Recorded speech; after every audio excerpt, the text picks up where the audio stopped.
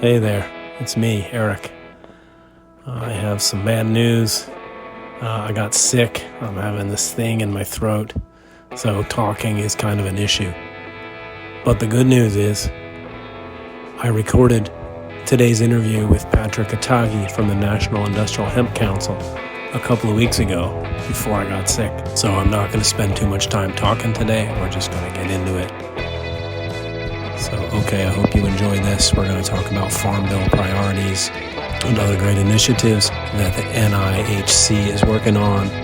Okay, quick sponsor break, and then we'll get into my conversation with Patrick Atagi. Here we go.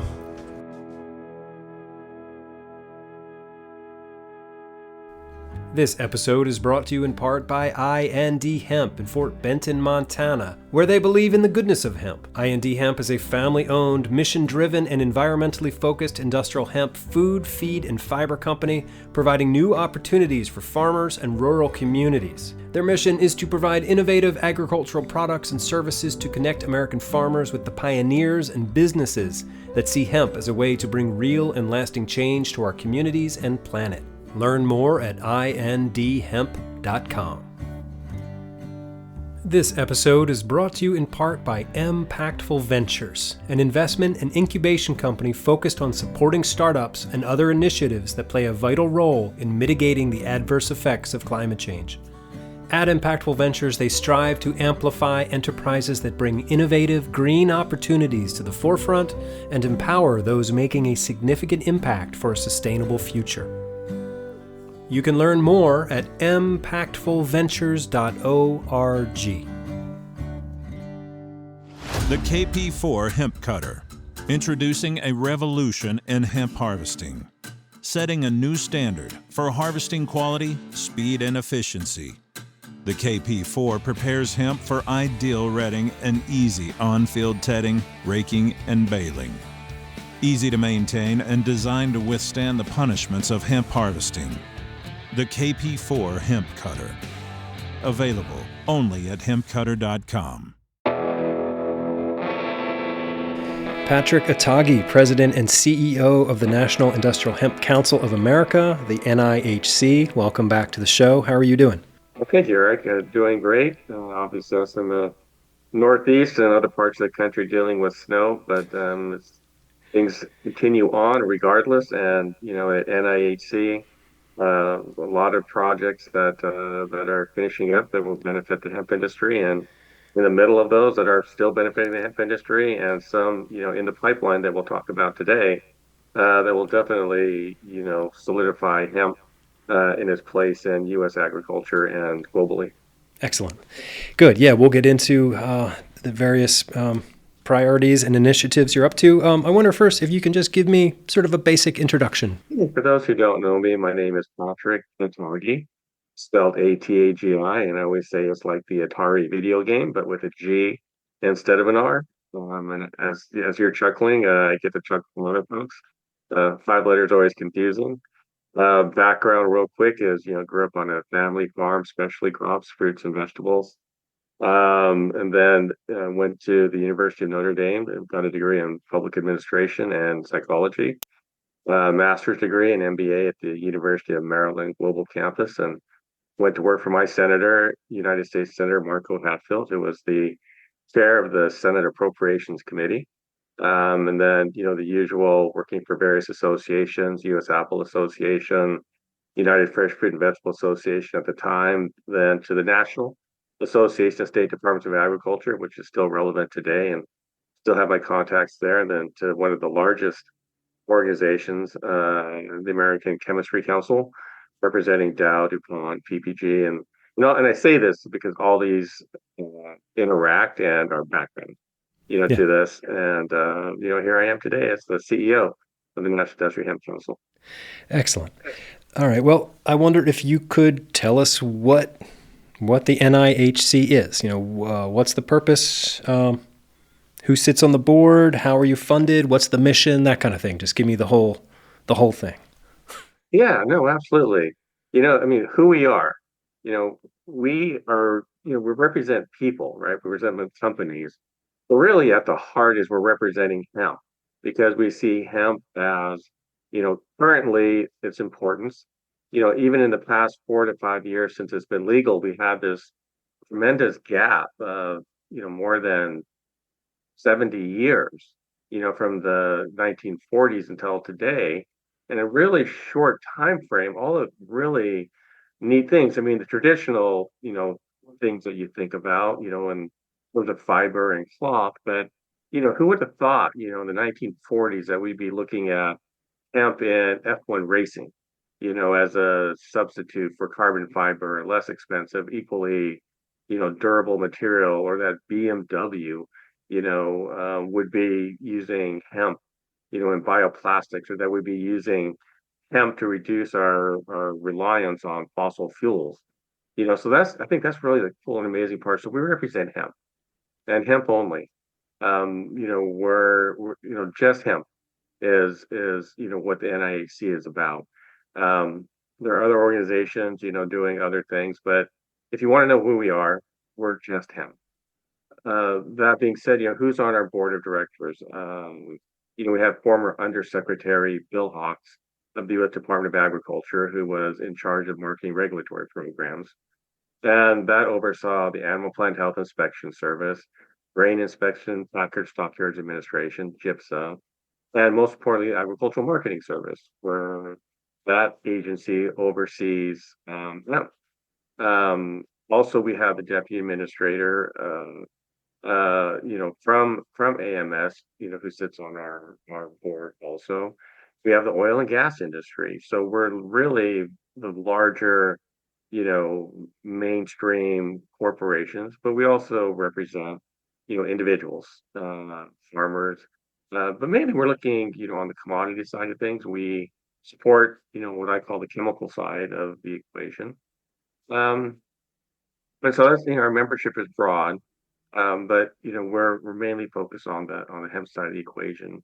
So you asked about our board of directors, and they were a lot of folks were political appointees. Our deputy administrator, who was not of the Foreign Agricultural Service, Pat Shake, that is on our board of directors, and she was just named as a member of the U.S. Department of Agricultural Technical Advisory Committee on tobacco, peanuts, cotton, and hemp. As you know, the NIHC was able to change that designation to add hemp, making it federally recognized, by the USDA mainstream from where we were in 1940s to today. That was huge. And some other big news, in this podcast about we made another 10 times bigger stride. We'll release a press release, and by the time this podcast comes out, you'll probably have read about it. But we're making, strides in cementing hemp as a mainstream, specialty crop and commodity. Okay, so something to look forward to. So here we are. It's the beginning of 2024, and like it or not, we've got a little extra time to get ready for the Farm Bill, right? Because didn't quite bring it home last year the way we hoped they might. So that said, one of the reasons I invited you on here today was to talk about the list of priorities that your organization, along with a handful of other groups, have put together.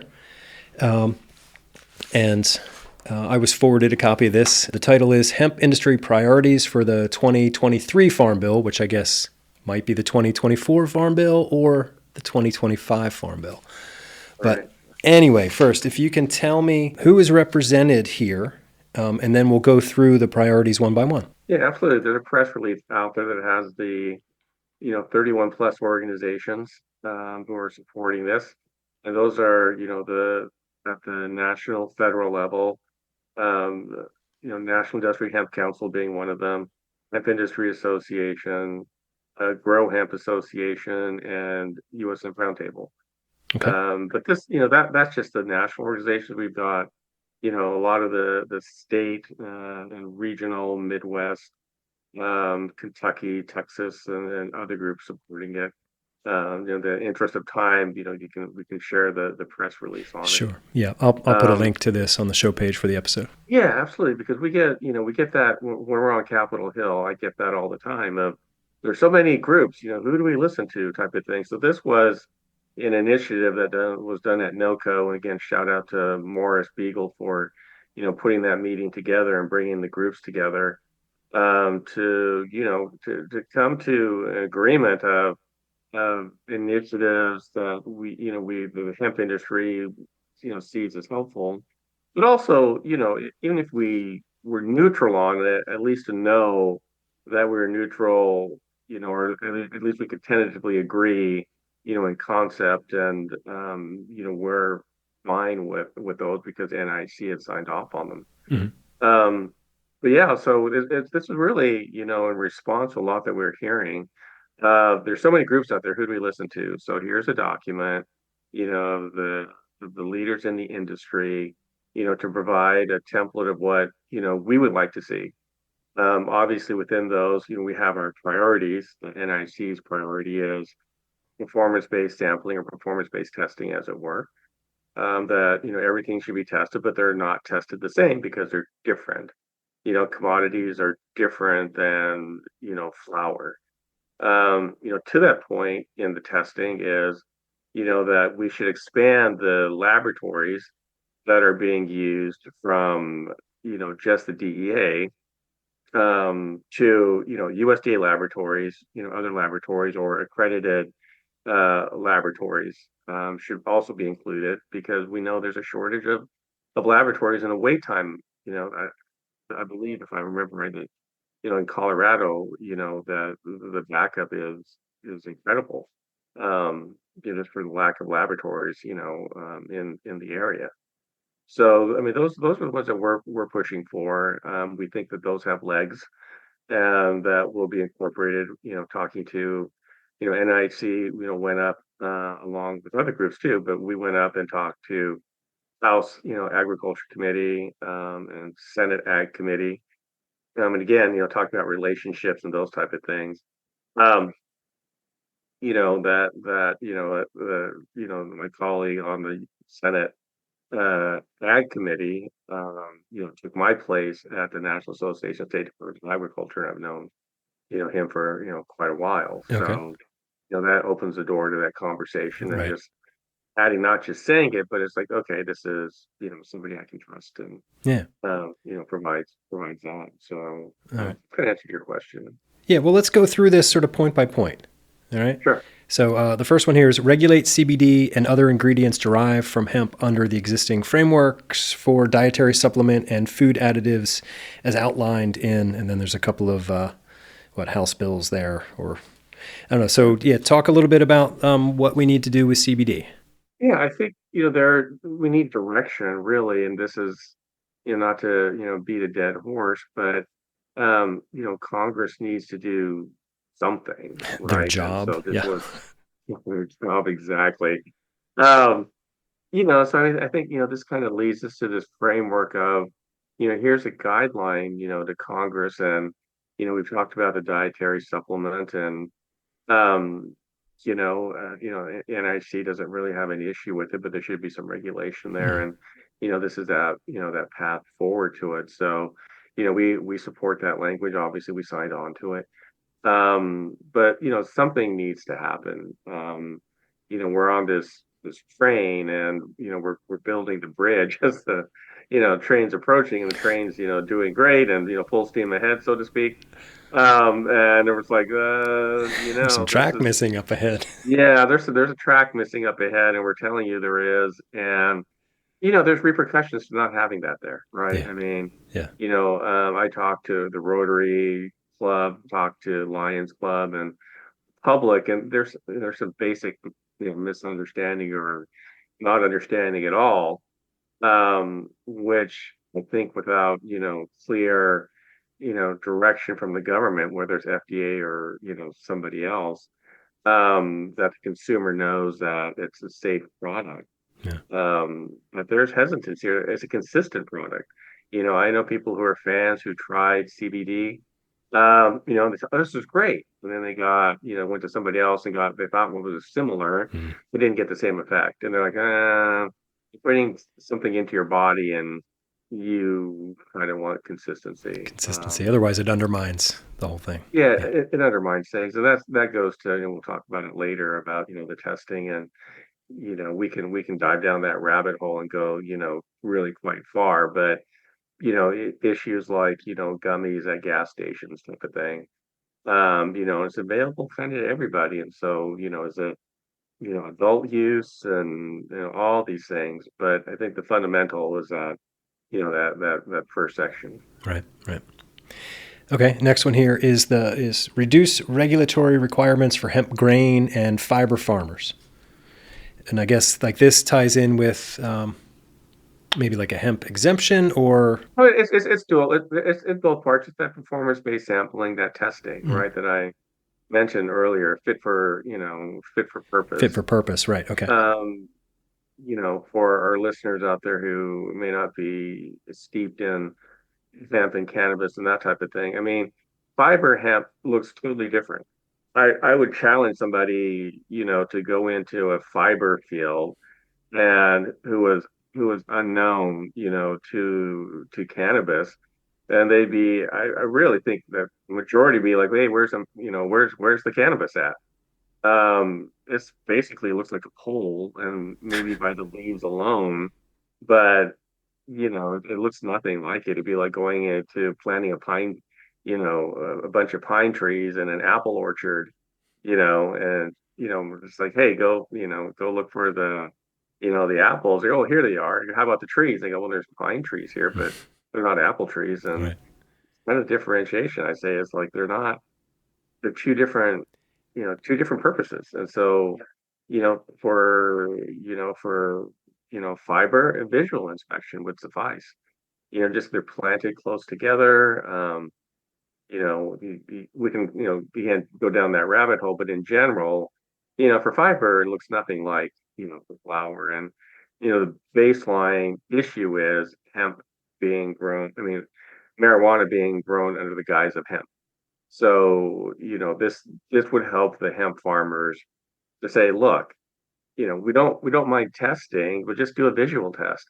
You don't need to send this into a laboratory to test the THC because that's not what it's used for. Um, we do a visual test, and then maybe we can do a lab test if necessary, but they're not the same. Right. So it's not an exemption, Yeah. right? But it's just saying the fit for purpose testing, is just let's test what we need to. If it's flour, yeah, we need to test, Right. on a laboratory basis. Um, you mentioned exemption in S980. Have no problems with it. That would be great for farmers, but you're dealing with, and we're talking to Dudley, my colleague on the Senate Ag Committee, and he goes, it's not the Democrats their issue. I mean, there's a very conservative, hardcore Republican contingent. One, they don't understand really, um, and two, that just the word exemption is just like Mm. saying, gun control. Right. It might be in the context of going to the range and becoming a better shooter, but sometimes you see here gun control, you're like, oh, wait, whoa, Right. Second Amendment, my rights and everything. So it's just a trigger word, Hmm. and they feel it should be some sort of testing. I mean, if S980 got passed, that'd be awesome. That'd be great. I just think, there's challenges. That's why the NIHC, introduced and brought into the discussion the fit for purpose testing Hmm. is, so you're going to be in committee, right? I mean, S980 is set in stone. Unless another bill is introduced or something, to that effect, you can't change it, right? And then you're going to go to committee, and it's going to be like, well, this is what we have.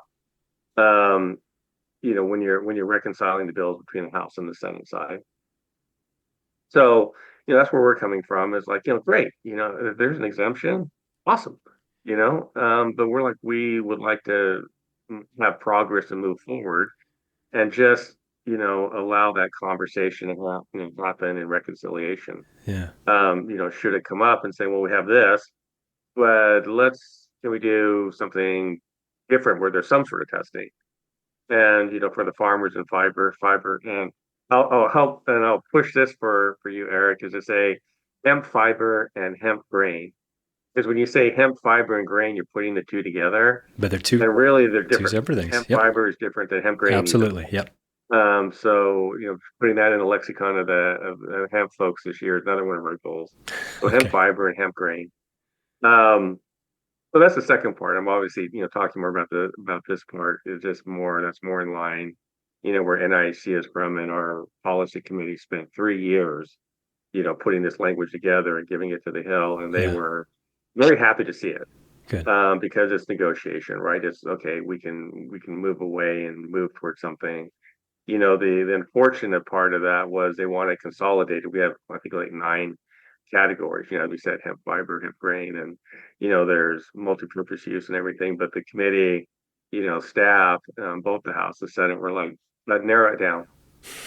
We're like, well, we want to be precise and accurate here, Right. but they're like, this, it would be too hard. So it would be knock it down to 3, let USDA work on this, and we'll go from there. So we're looking just to advance, right? Just to move the ball forward, and not cut up our nose to spite our face situation. Right. And with the whole thing with, needing testing for your fiber hemp or grain hemp to prove that it's not marijuana, it's like no marijuana grower would want to grow their marijuana in a fiber hemp field. It's just like that's not so I think it's like an education issue too, right? It's like getting the regulatory stuff figured out, but also educating the people who are working on the regulations, and that's a big part of what you're doing as well. Yeah, absolutely. And as I say, it's like, are you going to outlaw corn? Are you going to have your corn tested? Because people hide marijuana behind corn, and it's like, well, we can do a flyover and see it. I'm like, exactly. You can do a flyover of a fiber hemp field and see their stuff. Yeah. Yeah. If there's any Just from question. plant density alone. Yeah. Right. Yeah, absolutely. Yeah. Absolutely. All right. Moving on. So this next one is the permit hemp grain for animal feed. And this to me like should be super easy. And I know there's lots of smart people working on this. And maybe by the time this episode airs, we will have some good news because I've been hearing some things out there. Yep. Yeah, I can't, I don't want to throw, wood on the rumor mill, but I will find out, I think it'll make it great for a next podcast. By the next time that happens, there will be positive news on that front. Mm-hmm. I can't get into specifics, and I don't mean to be, Cagey. that It's way all right. about it, but It's okay. there's some things in motion that we don't want to. We don't want to jinx it. We don't want to. Yeah, exactly. The way things go. But no, it's on a positive track. I think Yeah. in the next week, by the end of January, first week in February, we'll have a better idea. I mean, it's not the grand slam and open the floodgates and we're feeding Baby cows steps and though. everything. But it's a really good step in the right direction. Right. And so just for listeners who don't know what the issue is, for me, this is the issue in a nutshell. It's legal to feed hemp grain to your baby and your grandmother and yourself, but it's illegal to feed it to your commercial livestock. It doesn't make sense to me. And once that'll crack the industry wide open, I think, on the grain side, because it creates these secondary markets and yeah. So yeah, fingers crossed on that, and congrats to the people who are out there making that happen, NIHC included. Yeah, we had a webinar last year with AFCO, the American Association of Feed Control Officials. I thought it was going to be a webinar of maybe 50 to 75 people, and then would show up, maybe half would be there. We had 750 people on that call. Yeah. That joint meeting with them, and then it peaked. It went up. It went up to 1,000 people at one point. Wow. 1,000 people on a call on animal feed. So it's at the top of the list. Yeah. Again, it's not just, local, my, farmer in the Dell, in Wisconsin feeding his milk cows. I mean, it's a major issue, with the war in Ukraine, and we'll get to the global, discussion. But, Everything's interconnected, and it's a problem. Animal feed is a problem for domestic producers, cow calf, poultry, across the board. So this is important. So that's, I mean, it's a driving force of trying to find, an addition, an additive, to what's traditionally been used. Yeah. So that's exciting. That's coming up. All right. So the next one here is maintain the current definition of hemp while balancing appropriate consumer protections with continued market access to popular hemp products. Wow. Unpack that for me. Um, well, how about we just open the suitcase and take a peer into it. Okay. Um, I think it's just, being able to use, hemp and hemp products. And then sections 1 and 2, feed into that, no pun intended. Being able to use hemp products. And then how do we get there? And so that's what's being laid out. I guess kind of like the Constitution. Our first categories above are creating a marketplace, for hemp and hemp products, and they're, some are controversial. We talked about, Delta 8, for example. NIHC, initially was not supportive of Delta 8. And I'll say that even though it may impact us, or negatively, it really didn't, but, it could have. But then the Ninth Circuit Court, as most know, came out with their decision saying Congress only legislated on Delta 9 THC dry weight, and so they did not legislate on the other cannabinoids. So that puts the hemp world in an interesting place. So that's why NIC created the NIHC Verify program, where you're testing for 5 areas, heavy metals, potency, being one, biotoxins, et cetera, just so the consumer knows what's in the product. Right. So when we talk about, hemp products, that there's a mechanism available, to the consumer, Right. to know that they're getting a safe product. Yeah. How do you feel about, some people talk about, hemp all along. Advocates were like, it's non-intoxicating, but then through the magic of loopholes, we have an intoxicating hemp. Does that undermine any of the message of hemp, or what are your thoughts on that? I think it makes for an interesting discussion. As I mentioned before, I think it's, at the consumer end, right? I mean, if, what does a product do? Um, and I don't want to get into the intoxicating and non-intoxicating and definition of intoxicating, and that would be an episode all in and of itself. Yeah. But it obviously has effect because, you raise a question and we talk about it. Um, that yeah, it is a question. It's out there. It's been raised, on our meetings, on Capitol Hill. Um, and people are, they're entrepreneurs, and they're all over the spectrum, so to speak. So I think it is an issue because obviously we're talking about it as a discussion within the industry. And I figure that, it kind of goes to the above of, well, how do we, look at this, and how do we deal with it? Yeah. Because, when you talk to people, or when I talk to people about hemp, a lot of the time you get, oh, that's a hemp shirt. Can you smoke it? It's like, Right, it right, always comes back to the marijuana stigma. And right. then now it's like, well, this is hemp.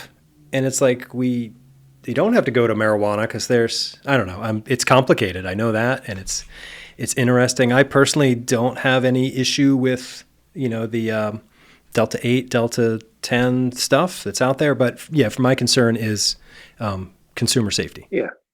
And I think it's just as long as people know what it is and what they're getting, Mm-hmm. right? I mean, that's the issue. And then, one of the later, discussions that, we had, access, to these products. I don't think, I think, somebody under the age of 18 should have access to a dietary supplement, under, supervision, but I don't think that needs to be a requirement, just as long as they know, I mean, somebody wants to take vitamin C, good for you, take vitamin C. Um, I don't think there should be a restriction on it. Right, but teenagers aren't seeking out Delta 8 because of the health benefits. Right. So that's where the tier comes in of regulation, Right. right? I mean, well, what is Delta 8? What is the potency there? Is it caffeine level, or is it, man, you made a concentrate and you have Red Bull, that's been distilled down to Right. syrup. I mean, that's where all these conversations go into what ifs. So trying to take out as much as the what ifs as possible. Okay. All right, the next one. Promote justice, equity, and the planet by repealing the felon ban in H.R. 1428, supporting hemp research at minority serving institutions, and enhancing climate opportunities through carbon credit programs. That bullet point is doing a lot of work there. That's like a whole bunch of different, almost unrelated things. The justice stuff is super important. The climate stuff is super important. But what are your efforts in order to, how are you doing this? Well, it goes to DEI, right? Diversity, equity, and inclusion. And the felon ban, I mean, you say it's separate, but it kind of is not. I mean, if you look at traditionally, why is, marijuana uh, uh, class one? And it would be argued that it is a racial issue, that, who traditionally uses, marijuana in the past, or what it was seen as was, those who are financially, you know, um, uh, challenged, as it were, basically, the poor. And that traditionally was, minorities, Black, Hispanic, some Asian groups. And so it was a method of targeting those groups, Right, because you know? usage among minority groups and white groups are about the same, right? But Hmm. incarceration rates for minority groups are way higher. So yeah, Yeah. it's an Hmm. absolute outrage. It. There you go. Yeah, keep going. Yeah. So, I mean, there's that component to it. But it's also, where my position is on certain things, it's like, well, you served your time, so you should be done, right? If you went to prison, you did your time, you're out. It should be a clean slate. You should be able to do what other people are able to do. Um, and again, that kind of goes more on the conservative side of the equation, where it's, well, you did bad in the past, you're going to do bad, and again, we're not going to give you the opportunity, and um, that type of issue. But somebody's going to be a farmer. That's not an easy job, by any stretch of the imagination. So, I mean, that's where that's coming from. I think it would be a challenge to remove that just based on the politics, but it's based on sound policy. That's why we don't have a, NIHC does, supports that. Um, so there's that. And the next one was what's the second that, I mean, this was a loaded question, two, Yeah. three. Well, the first two things were about supporting hemp research at minority serving institutions. Yeah. Yeah. Hmm. Yeah, And then absolutely. And it's, you know, uh, that's just putting a marker down. yeah, that makes When sense. you're distributing the funds, they're the traditional land grant universities, but it's also political. Iowa State University, Secretary Bill Sack, supports Iowa, and so will help out his state. And but but they also have well, probably a longer, you know, more traditional research history. But it should be, you should be looking at other historically, black The colleges and HBCUs, yeah, other, yeah, absolutely. HSBCs, et Yeah. cetera, right? Yeah. And then I guess the one that of these three things, this was the one like the climate stuff. I mean, that's a huge, I feel like that should have its own bullet point. But yeah. Yeah, I do. I think we were trying to keep it to, the top 10, so to speak. Yeah, I know. Because a lot of these can be broken down into, more parts and pieces. Right. I think that that's fine where it is. I think that's what that's kind of what it was caught there. But also, it's at the priority list for U.S. Department of Agriculture, for EPA, for the Biden administration, sustainability. There was what 1.2 that went up to like $2.2 billion Yeah. for climate smart agriculture. I do have a bone to pick there of where it went to. But there's an opportunity for hemp, in another tranche of funding that's coming out. We'll talk about that later in the program. Um, but yeah, no, I agree with you. And it's interesting, and this might be worth another podcast. As I was on an AgriPulse webinar about carbon credits, Mm. and former Undersecretary of MRP Bruce Knight, when I asked the question of the panel was, you also need to look not just the carbon credit, but what you're saying, the sustainability as a cover crop, how it treats the soil. Mm. Not that you're not only sequestering, carbon, but what is it doing, for the land? How it remediates the soil and all the other things. But even as a crop, it's absorbing, solar energy, and potentially, reducing the effects of climate change, or slowing it down. I mean, we all know that climate change is here. That's the other misnomer of, oh, it's coming, it's coming. Well, no, it's here. So we're already behind the eight ball. Um, so I mean, hemp is as you know, it's a phenomenal crop, and we need to be promoting hemp. Yeah, absolutely. Yeah, it's like, well, let's make everything we can out of plants, right? Yeah, right. That's like a Like, renewable resource. yeah, You look at fossil fuels, you think about, okay, if we run out of fossil fuels and our airplanes run on fossil fuels, what are we going to do when it runs out? Because it is going to run out. It's a finite, resource. So, yeah. But pretty much anything we can do with oil, we can, make from plants. absolutely. Yeah, we Yep, just need absolutely. more people thinking about that and understanding that. It's also a balance, though, between food and fuel. Right. We have an ever-growing population or ever-growing demand on our planet. Um, so how do we fulfill all these needs for resources? So it becomes an interesting problem It's that tricky. needs to be Yeah. solved. Yeah, it Yeah. needs to be solved. I mean, a lot of it has to do with sort of short term thinking, short term profits for shareholders and like these Hmm. huge corporations that are just machines. They're set up Yep. to Hmm. produce and make money for their shareholders, and they don't want to change. They've got no interest in changing the way they're doing it. I mean, you're starting to see it change a little bit, but yeah, we've got some work to do. Yeah, I mean, a classic is the 1970s, use of leaded fuel. The automobile industry were adamant of not doing it, and it would ruin engines and they wear out faster. And but you're seeing the impact of leaded fuels on the environment. It's just, you saw the pictures, it's horrific. Yeah, and human health. And then Yeah, we switched to unleaded fuel, and like, oh, okay.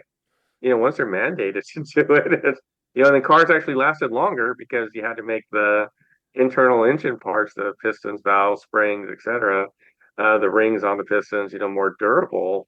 And so they're actually lasting longer. And it's actually even an added benefit.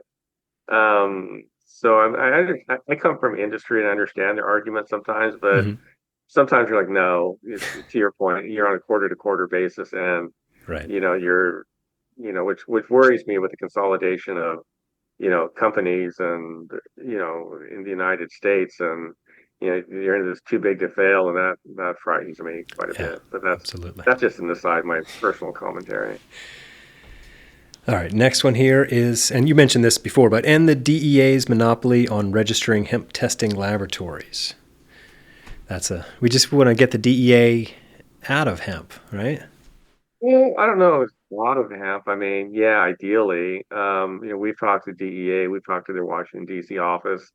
It's not really a priority of them as long as you're below, even near that number. I mean, to the point of hemp and can I smoke that shirt? And it's like it's not what people are looking for, right? I mean, you're if you're looking for high THC, marijuana, let's call it what it is.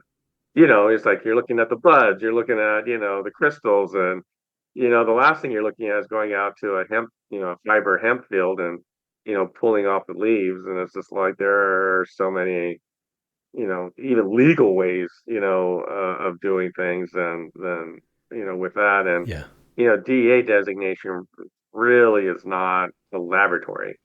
DA laboratories meet, ISO 17025, et cetera, but um, they're more background check security, type of use. And so we're saying, look, if you really want to protect the consumers, expand the categories of laboratories that are available. So that's an NIHC initiative, through the Verify program, that was born out of that. Then we, spoke with, the 32 other plus organizations, US Hemp Round Table included. And, obviously that's a pretty easy one to agree with, that the current situation is untenable. This last one here is mandate that hemp crops should be deemed compliant unless they exceed 1% total THC as defined by USA. So that is a call for raising the THC limit to 1% from the 0.3%, right? Right. Okay. Talk to me about that. What implications would that have on the industry, on the what you call the chemical side and the fiber hemp and grain hemp side? Yeah, I think we'll come into two parts. The first part being kind of the general behind that. The second part is kind of the more controversial part, but the first part is, provide a little bit more leeway. You have a cliff of legal to class one, right? Which is a, felony and, prison time. And until that's fixed, that's the one part. So, that's a very minute amount, 0.3. So the 1% mainly aimed towards farmers, right? Your crop grows hot, or there's a seed issue, and you're over, so you've gone from farmer to felon. That's just to give more leeway. I mean, it's a lot more involved than that, but in general, it's like, just give us more wiggle room, right? Mm-hmm. Researchers at land grant university, let's give a little more legal room, one wiggle room on these things, 1%. um the controversy comes in, the testing, and then where is the 1%, does that end, does that end as it reaches the consumer? And that's a whole nother discussion. But basically, just providing just more elbow room, because the 0.3 is super tight tolerance, as we talked about before. 1% is not going to have you on the side of the road, stoned out of your head. So that's basically where that came from. Okay. It's my understanding that, like, as you raise the THC level, you also raise the CBD level, right? They kind of go, there's a Hand in hand. ratio. Yeah, Um, hand in hand. so I heard someone last week in New Jersey, of all places, talking about how this, like a 1%, raising it to 1% would be good for producers of CBD products, but maybe bad for farmers, because then these producers wouldn't need to get as much CBD from as many farmers, right? Because the plants would have, you could get more CBD from a smaller Smaller amount, right? acreage. Yeah. Yeah. Thoughts on that? I think that's a bit of a red herring. Yeah. Um, because if we have the safety, precautions in place, the NIHC verify, people are using it, standardization within the industry, all of the above, the top nine, that you would increase the demand for CBD. But Hmm.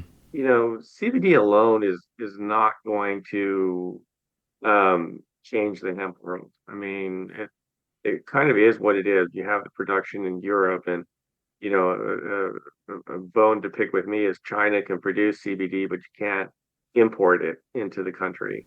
That goes into a broader picture of, national security issues and politics, and, those issues we can talk about, in So a they moment. export CBD, but they don't import CBD? That's correct. Yeah, Okay.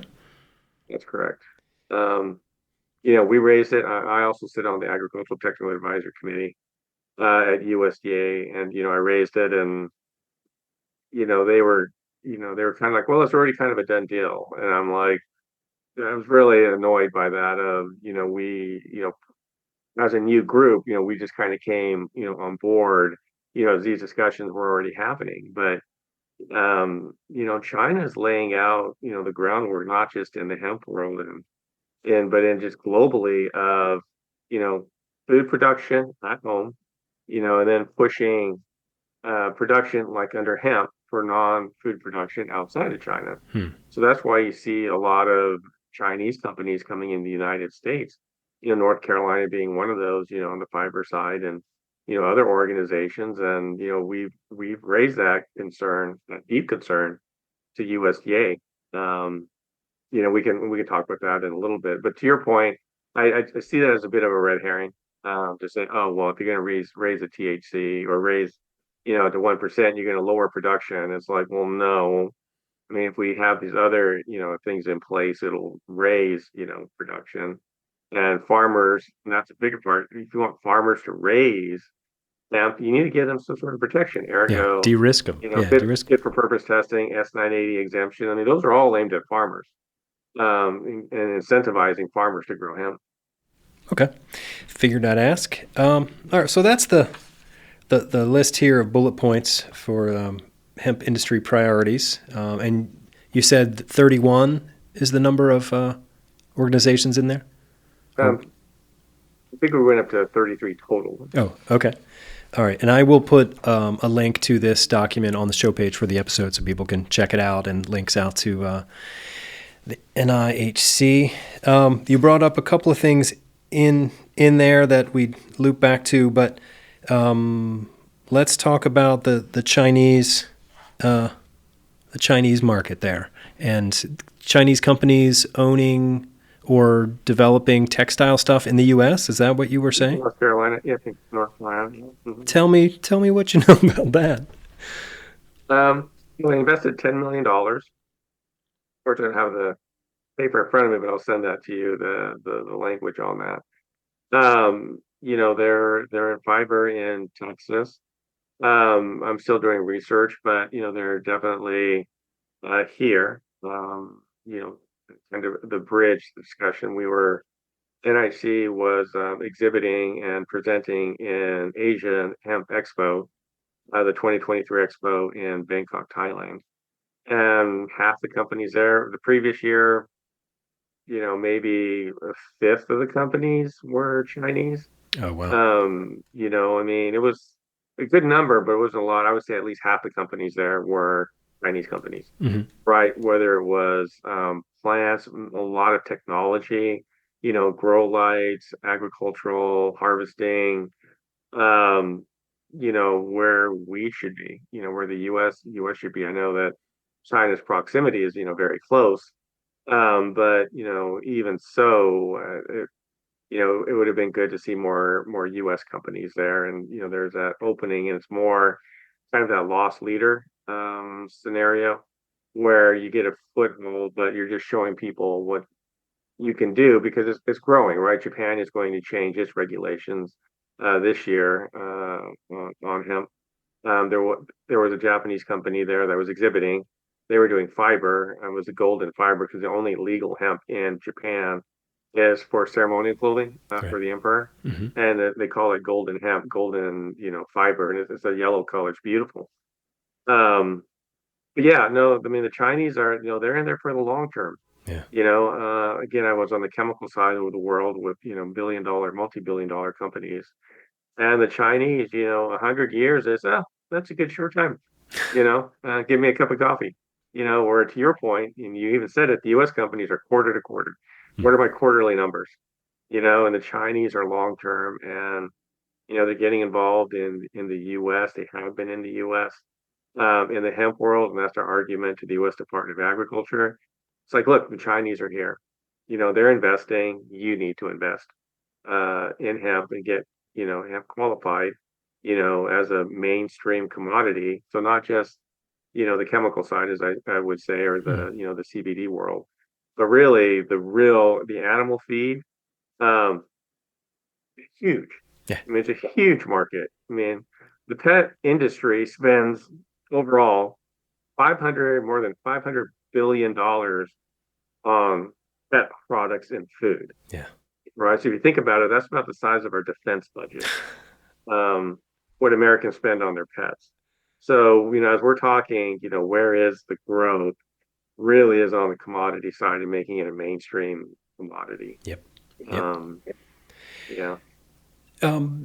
Should we be overly concerned about the Chinese companies coming here and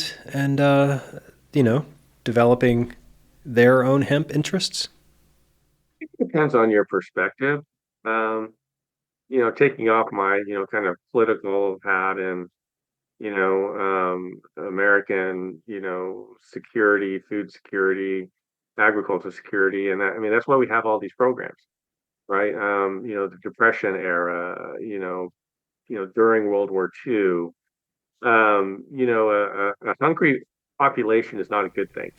Um, that's when you get, riots and upheaval, and that's why we have these programs. I mean, you see it on, Tonight Show and Colbert. They make fun of, oh, there's this potato program looking at, this mold, and they spend this much money. It's like, well, not too far back in our history, let's go look at the potato famine, which was caused by, a mold that destroyed the crop in Ireland, depended on one commodity, and it's devastating. Also caused Um, by British colonialism. Just throw that out there. They didn't care much for the poor Irish, but yeah, there was plenty of well, food in Ireland then, just not for the people. sure, sure. Yeah. I went to Notre Dame. My name's Patrick. I'm Irish Catholic, so I'll side with you and just leave it at that. Fair enough. Fair enough.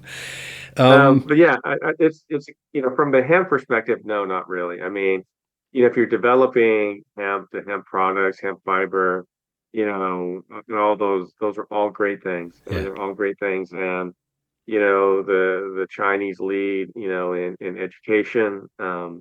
That's another discussion for another day. But they are, they're very thoughtful, and I think that we could take the lead. Where those who are skeptical in the United States saying, well, why are the Chinese taking a long-term view of hemp? Right? They see the durability in the fiber, which, we have over 1 billion people in your population. If you can make clothing last a little bit longer, you reduce your reliance on having to, plant more crops like cotton, um, because you have more durability and you can use that land to feed your people. Yeah. More Again, efficient going back use to of the, resources. Yeah. yeah, absolutely. Okay. Environmentally, it makes sense. China has a pretty big problem, on the environmental side. If you've ever been to Shanghai, like there are some days you can't see, 100 feet in front of you. So anyway, All right. Well, let's sort of move away from the priority list and talk a bit more about the NIHC. And you had mentioned a few like global initiatives and some government funding opportunities. So why don't you just sort of tell me some of the other initiatives that you're working on or yeah, no, absolutely. Again, to benefit the hemp industry, people ask about us like, well, who's NIC? Just your question, or kind of heard about them, but we've been pretty much just keeping our nose to the grindstone.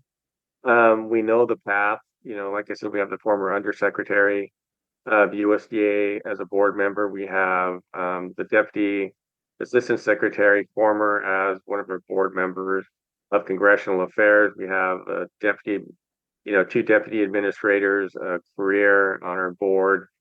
Others, myself, I was a political appointee to the U.S. Department of Agriculture, worked the State Department of Agriculture. So we know the path. We don't need to reinvent the wheel. So the first line of business was the market access program. This will be our fourth year, and so that's the really great news is we were, refunded for over $200,000. That's to promote hemp, U.S. hemp, companies, individuals, globally. So that's why, we're in Thailand, we're in Germany. This year we'll be in Prague, the European Industrial Hemp Association, and we invite you, Eric, to join our delegation if you have the time. wow. Under the market access program, we can pay your way. And that's the beauty of the program, as these companies are, putting all their money into growing the company or getting the company going, they don't necessarily have, the funds, to do these promotional programs, and that's what the market access program is. So we'd love to have you there and promote the U.S. companies that are there. Greg Wilson, Hempwood, is Yeah. going, Yeah. Okay. understanding, and a lot of other people that will be there. So we extend that That invitation to you that's amazing. uh, Thank you. Yeah, I would. to join us, and I will well, thank consider you, it. the tax dollars, because this is your tax dollars at work, All right. right? And So that's that's an what, issue. beginning of June? Yeah, I believe so. Okay. Cool. Yeah, Um, we'll connect offline about that. Thank you. yeah, no, absolutely. So yeah, obviously you're an integral part, to promoting U.S. companies. As you know, the domestic market is challenging, but we're creating the channels and paths for hemp wood, for hemp fiber, for hemp protein, to pave the way for those products to be exported. Yeah. What are the challenges as we promote and sell these products overseas? Um, we're partnering with groups like with the Global Cold Chain Alliance, and their initiative is, making sure that a product is kept at a proper temperature to be food safe. So if you think like frozen potatoes, frozen blueberries, and that type of thing, at any point, if there's a failure in the temperature, even in domestically, it's disastrous. So we're just preparing to make sure all these channels, the long haul, so we're doing that, the market access program. And the really big news, and I'll send you the press release on it, is we are named a cooperator in that program. Okay. And what that means is for our first 3 years, we had to work through an intermediary, larger group, the Midwest Food Export uh, Association. Okay. And it's a fair thing, right? It's just make sure that we know the rules. We're protected in terms of making sure that that we don't make mistakes. If mistakes are made, it's not on us, per se. We didn't have any, and so part of the process of becoming a cooperator means that we're on par with cotton, we're on par with grain, we're on par with 75 other commodities, fruits, and vegetables, with Yeah. apples. So you will see, if you look up the Market Access Program 2024, you will see hemp. And that's huge. I mean, that's saying USDA is saying, in addition to naming the ATAC, including hemp, this says we are on equal footing with all American Commodity commodities crops. and Yeah. crops. I mean, Awesome. that's huge. Yeah. That is just 10 times bigger than the previous. I don't know if people understand, but That's a big deal. we hemp is on par with all agricultural U.S. agricultural products. It's huge news, and I can't say enough about it. Um, but it is. Yeah. And you're the first to hear. We just heard last week, and we're sending out a press release, but you are the first to hear, All right. Cool. officially, of this, and very excited. And what does that mean? It means that we can turn around, funds a lot faster. Before, we had to submit them for reimbursement, and we're going through an intermediary in the federal government, and so we had to wait, to get reimbursed. But now we can get in advance. We can turn it around quickly, cut off the amount of time for our reimbursement. So it's just that we can circulate that money faster. Okay. So yeah, so that's 200,000. We're finishing up on 3 projects that will be out shortly, and would love to have an interview with you on those. Uh, one is on a European analysis of regulatory hurdles for hemp, um, a searchable database. We worked in conjunction with Oregon State University Global Hemp Innovation Center Yep. on that project, and very excited about that. Just a place for people to go. Like, what do I need, or who do I call to get help on exporting my hemp product? The other one is a life cycle analysis on hemp fiber specifically. And then this one was relevant at the time, export market promotion to China. Short term may not be quite as relevant, but it will be, in a couple of years, as people do their planning. Okay. So those are the current and ones that are finishing up. And again, it was over $1 million that NIHC received in government grants. And then so that's presently what we're doing and finishing up those.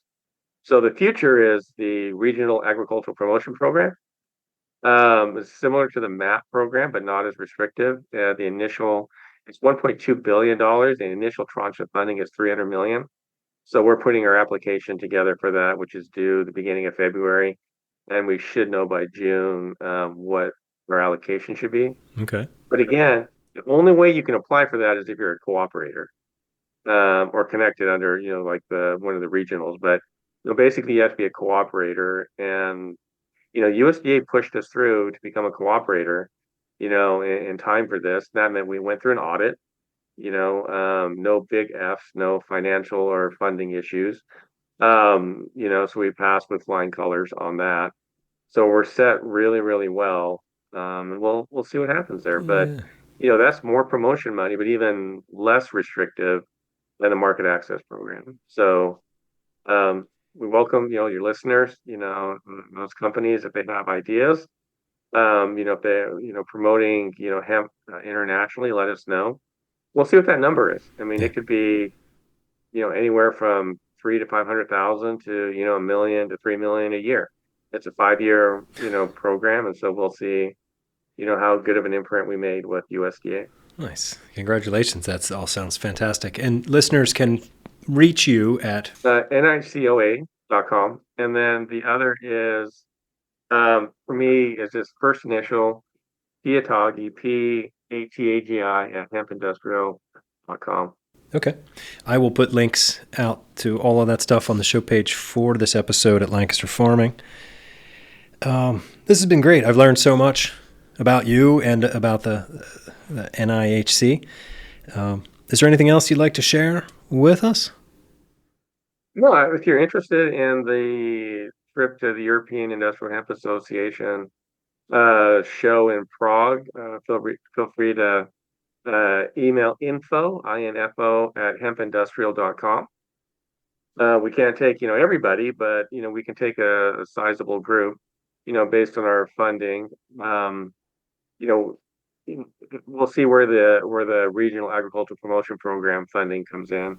Okay. Right now we're just going to take people to the meeting. We'll see if we get enough people, if we can negotiate a booth space, for trying to show a general, overview of the U.S. industry, different U.S. industry and different products. Yeah, that'd be great. But that's developing now.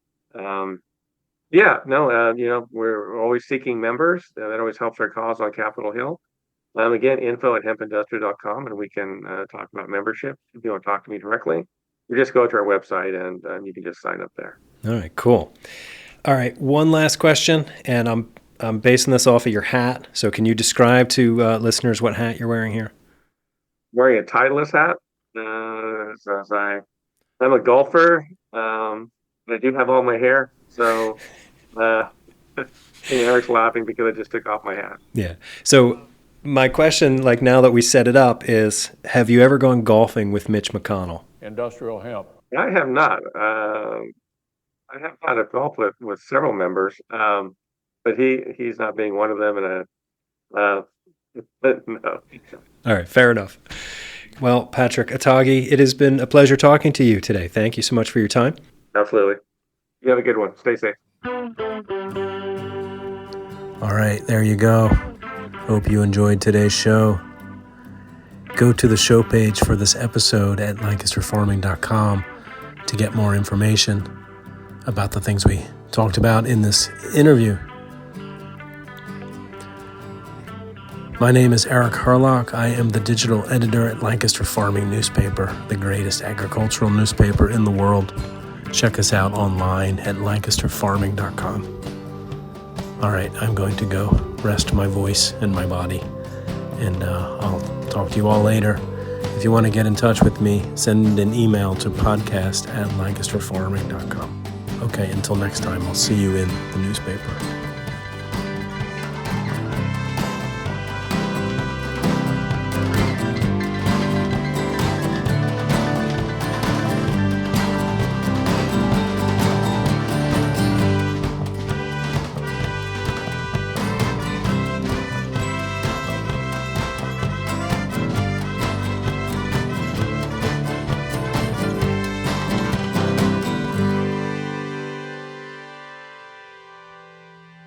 Industrial hemp. Season 4, Episode 3 of the Industrial Hemp Podcast is copyright 2024 by Lancaster Farming Newspaper, part of the Steinman Communications family. Today's show is written, recorded, edited, and produced by Eric Furlock. The music you hear throughout the show is courtesy of Tim Bird Shadow. Courtesy of Tim Bird Shadow.